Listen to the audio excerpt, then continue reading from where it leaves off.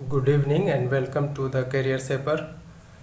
मैं सुभाष पोद्दार आप लोगों के लिए एंशियंट हिस्ट्री पर एक 25 क्वेश्चन का सेट लाया हूँ। इसे कृपया ध्यान से देखेंगे। क्वेश्चन नंबर 1, भारत के पूर्वांचल में प्राक आर्य जातियाँ बसी हुई हैं। ये कौन सी भाषाएं बोलते हैं? तो ऑप्शन देखें, मुंडा, कोल, पाली, संस्कृत। तो इसमें मुंडा भी बोलते थे और कोल भी, ये दोनों भाषा ये लोग बोला करते थे, अभी भी बोलते हैं, ये लोग बसे हुए हैं। तो इस तरह से आपका ये हो जाएगा, ये भी सही है, मुंडा भी और कोल भी। तो इस तरह से आंसर हो जाएगा ई। क्वेश्चन नंबर 2, अशोक ने अपना साम्राज्य सुदूर दक्षिणांचल को छोड़ सारे देश में फैलाया। कब फैलाया? तो इसमें देखें ऑप्शन, ईसा पूर्व 2री सदी में, ईसा पूर्व 3री सदी में, ईसा पूर्व 4थी सदी में, ईसा पूर्व 5वीं सदी में। तो इसका आंसर हो जाएगा ईसा पूर्व 3री सदी में। आंसर भी सही है। क्वेश्चन नंबर 3, चालुक्य राजा पुलकेशिन ने हर्षवर्धन को हराया, जो संपूर्ण उत्तर भारत का अधिपति माना जाता था। ऐसी घटना घटी। तो इस तरह की घटना कब घटी? जब पुलकेशिन ने हर्षवर्धन को हरा दिया। ऑप्शन देखें, 5वीं सदी, 6ठी सदी, 7वीं सदी, 8वीं सदी। तो इसका आंसर हो जाएगा आपको 7वीं सदी। ये आप लोगों को याद भी होगा, ये बहुत ही एवर टाइम क्वेश्चन है, आते रहते ये क्वेश्चन। तो 3 का हो जाएगा आंसर आपको 7वीं सदी। ऑप्शन सी सही है। क्वेश्चन नंबर 4, समुद्रगुप्त की विजय पताका गंगा की घाटी से तमिल देश के छोर तक पहुंची। तो कब पहुंची? कब समुद्रगुप्त इतना बड़ा साम्राज्य का मालिक हुआ? ऑप्शन देखें, ईसा की 3री सदी में, ईसा की 4थी सदी में, ईसा की 5वीं सदी में, ईसा की 6ठी सदी में।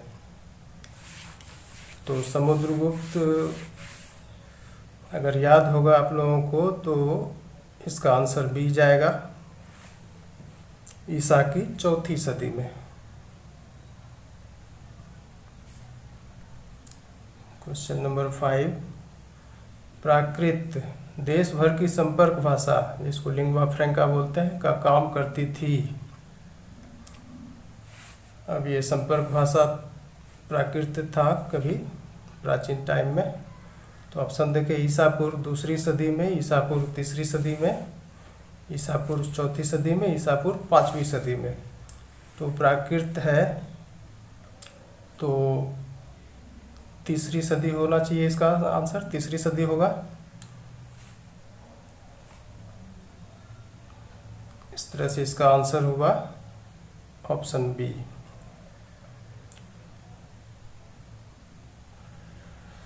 क्वेश्चन नंबर 6, सारे देश के प्रमुख भागों में अशोक के शिलालेख लिखे गए थे। ये बहुत आसान क्वेश्चन है, सबको पता है। तो ऑप्शन देखें, प्राकृत भाषा में, खरोष्ठी लिपि में, संस्कृत भाषा में, ब्राह्मणी लिपि में। तो ये आसानी से पकड़ रहे होंगे आप लोग। ये देखें, इनके शिलालेख लिखे गए थे प्राकृत भाषा में और ब्राह्मी लिपि में। तो इस तरह से ये ऑप्शन ए सही है और फिर डी सही है। तो आंसर कौन सा जाएगा? ई जाएगा। Question number 7, a code of Gentoo laws अंग्रेजी अनुवाद है। A code of Gentoo laws अंग्रेजी अनुवाद है, किसका है, कौन सा ग्रंथ का? तो ऑप्शन देखें, ऋग्वेद का, मनुस्मृति का, भगवत गीता का, आयुर्वेद का। तो इसका आंसर हो जाएगा बी, मनुस्मृति का।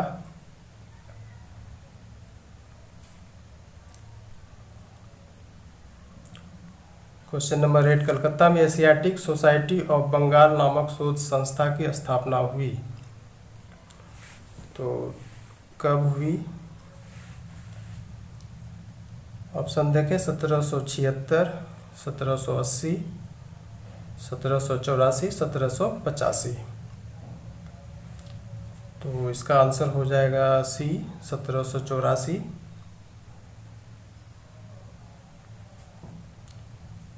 एक रिसर्च इंस्टीट्यूशन था जो विलियम जोन्स के द्वारा ये बनाया गया था कलकत्ता में। क्वेश्चन नंबर 9 देखें, बम्बई में एशियाटिक सोसाइटी की स्थापना हुई। बम्बई में कब हुआ? इसके बाद ही हुआ था।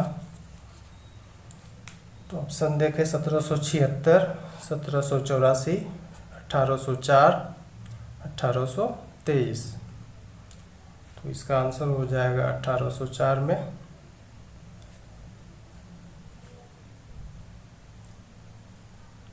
लंदन में Asiatic society of great Britain स्थापित हुई। अब देखिए एशियाटिक सोसाइटी से ही 3 क्वेश्चन बना है, तो ये सब ध्यान रखना है, ये सब क्वेश्चन आता रहता है। लंदन में Asiatic society of great Britain स्थापित हुई, कब हुई? ऑप्शन देखें 1785, 1789, 1823, 1824। तो इसका आंसर हो जाएगा 1823। क्वेश्चन नंबर 11, भगवत गीता का अंग्रेजी अनुवाद 1785 में किसने किया? भगवत गीता का अंग्रेजी अनुवाद 1785 में। तो ऑप्शन देखें William Jones, Wilkins, Max Muller, Vincent Arthur Smith. तो इसका आंसर हो जाएगा विल्किंस।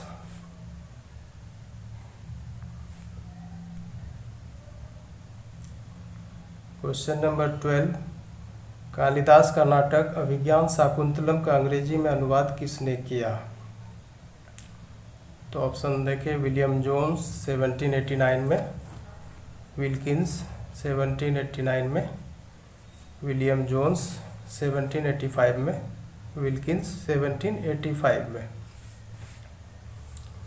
तो इसका आंसर हो जाएगा विलियम जोन्स 1789 में। विलियम जोन्स साहब ने ही इसका अनुवाद किया था। Question number 13, sacred books of the east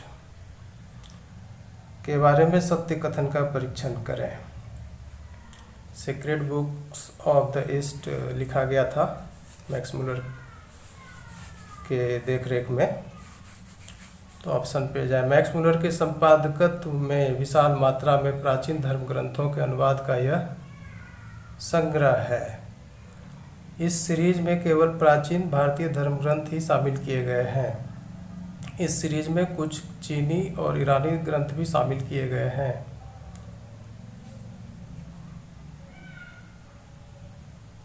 अच्छा, भी इधर है। इस सीरीज में कुल 45 खंड हैं। तो इस संग्रह से संबंधित ये फैक्ट है कि मैक्स मुलर के संपादकत्व में विशाल मात्रा में प्राचीन धर्म ग्रंथों का अनुवाद हुआ है, उसी का ये संग्रह है। तो ऑप्शन ए भी सही है। ऑप्शन बी, इस सीरीज में कुल 45 खंड है, ये गलत है क्योंकि इसमें 50 खंड था। और सी में, इस सीरीज में केवल प्राचीन भारतीय धर्म ग्रंथ ही शामिल किए गए हैं, ये गलत है। ज़्यादातर प्राचीन भारतीय धर्म ग्रंथ ही शामिल किए गए थे। उसके साथ साथ चीनी और ईरानी ग्रंथ भी शामिल किए गए थे। तो इस तरह से आपका ये सही है और ये डी सही है। तो आंसर चला जाएगा ई। क्वेश्चन नंबर 14, इंडो वेरियंस नामक पुस्तक में प्राचीन समाज को तर्कनिष्ठ दृष्टि से देखते हुए यह सिद्ध किया गया कि प्राचीन काल में लोग गोमांस खाते थे। इस पुस्तक के लेखक हैं, ये बहुत इंटरेस्टिंग है। तो ऑप्शन देखें, विलियम जोन्स, विल्किंस, राजेंद्र लाल मित्र, विंसेंट आर्थर स्मिथ। तो इसका आंसर हो जाएगा राजेंद्र लाल मित्र। ऐसे भी देखें कि ये रेस्ट 3 जो है वो फॉरेनर है और ये इंडियन है, तो ऐसे भी दिख जाता है कि आंसर यही होना चाहिए। अगर नहीं भी जानते तो इस तरह से पकड़िए। भारत के पश्चिमोत्तर, क्वेश्चन नंबर 15, भारत के पश्चिमोत्तर प्रांत को सेल्यूकस के हाथ से मुक्त कराया। ये तो बहुत कॉमन क्वेश्चन है, सभी को पता होना चाहिए। ऑप्शन देखें, चंद्रगुप्त मौर्य, अशोक, बिंबिसार, समुद्रगुप्त। तो इसका आंसर हो जाएगा चंद्रगुप्त मौर्य। क्वेश्चन नंबर 16, भारत को स्वेच्छाचारी शासन वाला देश कहा। ऑप्शन देखें, Vincent Arthur Smith, Wilkins, William Jones, Max Muller. तो अगर आप एंशियंट हिस्ट्री का अच्छे से स्टडी किए होंगे तो आपको ये चीज़ मिल जाएगा।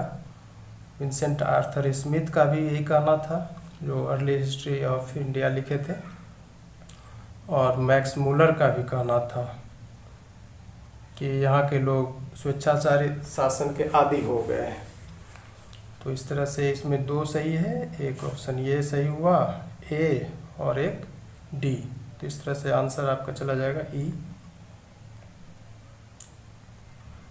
क्वेश्चन नंबर 17, हिंदू पॉलिटी नामक पुस्तक में भारतीय स्वैरतंत्र यानी तानाशाही की कपोल कल्पना का अंत किया गया और सिद्ध किया गया कि प्राचीन भारत में गणराज्यों का अस्तित्व था। इसके लेखक कौन है? RC. Majumdar, KP. Jayaswal, AS. Altekar, Pandurang, Vaman Kane. तो इसका आंसर हो जाएगा के.पी. जायसवाल।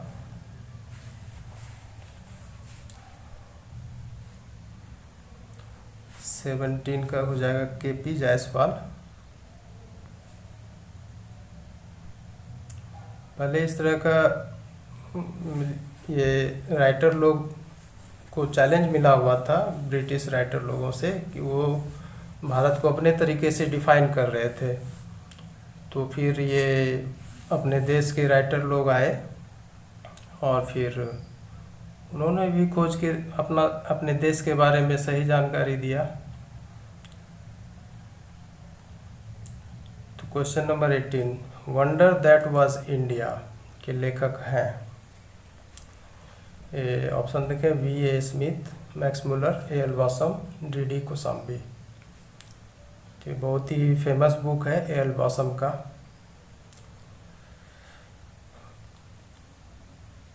ऑप्शन सी जाएगा।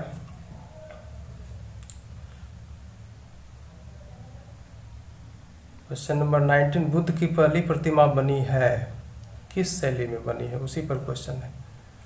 बेसर शैली, नागर शैली, गंधार शैली, गोथिक शैली। तो बहुत ही वेल नोन क्वेश्चन है, ये सबको पता होना चाहिए। गंधार शैली होगा आंसर। क्वेश्चन नंबर 20, गंधार शैली नामक नई कला शैली का जन्म 2 कलाओं के तत्वों के सम्मिश्रण से हुआ। अब इसमें बताना है कि किन 2 कलाओं का सम्मिश्रण हुआ, उसके तत्व लिए गए जो गंधार शैली का निर्माण हुआ। ऑप्शन देखें, भारतीय कला एवं यूरोपीय कला, भारतीय कला एवं यूनानी कला, भारतीय कला एवं ईरानी कला, यूनानी कला एवं ईरानी कला। तो इसमें होगा भारतीय और यूनानी। ऑप्शन बी सही है। क्वेश्चन नंबर 21, अशोक द्वारा बनवाए गए अखंड प्रस्तर के स्तंभ अपनी चमकदार पॉलिश के लिए प्रसिद्ध हैं, इसकी तुलना की जा सकती है। ये तो सबको पता है कि अशोक का जो मोनोलिथिक ये था, पिलर सब था, उसमें पॉलिश जो चढ़ा हुआ है वो अभी तक लोग देख पा रहे हैं। तो अचंभित भी रहते हैं कि इतने साल से पॉलिश खत्म नहीं हुआ है। हालांकि ये रस का चीज़ है, अभी भी पता नहीं कर पाए हैं हिस्टोरियन सब। फिर भी उसकी तुलना की जाती है। तो ऑप्शन देखें, उत्तरी काले पॉलिशदार मृदभांड की पॉलिश से। ऑप्शन बी, चित्रित धूसर मृदभांड की पॉलिश से। श्वेत चित्रित काले लाल रंग के मृदभांड की पॉलिश से। लाल और काले रंग से चित्रित मृदभांड की पॉलिश से। तो इसका आंसर हो जाएगा NBPW, north black polished where. इसका आंसर ए हो जाएगा। क्वेश्चन नंबर 22, एक प्रकार से अजंता एशियाई कला का जन्म स्थान है। अजंता के गुहा मंदिरों की संख्या है कितनी है? ये तो याद रखने का चीज़ है। ऑप्शन देखें, 10, 20, 30, 40। तो इसका सही आंसर होगा 30। 30 तक अजंता के गुहा मंदिरों की संख्या है अभी। क्वेश्चन नंबर 23, अजंता के अधिकतर चित्र गुप्त काल के बने हैं। इन चित्रों की रचना शुरू हुई। अब गुप्त काल में ज़्यादातर चित्र वहाँ बना, तो उसकी रचना प्रारंभ कब हुई है? तो ऑप्शन देखें, ईसा की पहली सदी में, ईसा की दूसरी सदी में, ईसा की तीसरी सदी में, ईसा की चौथी सदी में। तो इसका आंसर हो जाएगा ईसा की दूसरी सदी में।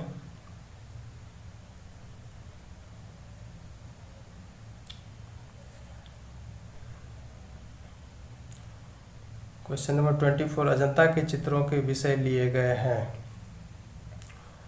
अब ये भी बहुत नॉन क्वेश्चन है, सबको प्राय पता रहता है। ऑप्शन देखें, जातक कथाओं से। बी, प्राचीन साहित्यों से। सी, वाल्मीकि रामायण से। और पंचतंत्र से। तो इसमें क्या हो जाएगा? इसमें आपका ए भी सही है और बी भी सही है, दोनों से लिया गया है। तो इस तरह से आंसर इसका ई चला जाएगा। क्वेश्चन नंबर 25, आवासीय शिक्षण संस्थान का सबसे प्राचीन उदाहरण है। ऑप्शन देखें, तक्षशिला, विक्रमशिला, बोधगया, नालंदा का महाविहार। ऑब्वियसली नालंदा का महाविहार होगा आंसर। तो इस तरह से ये 25 क्वेश्चन का सेट खत्म हुआ। जाते जाते मैं फिर कहूँगा आप लोगों से कि update your self right now. Okay, thanks.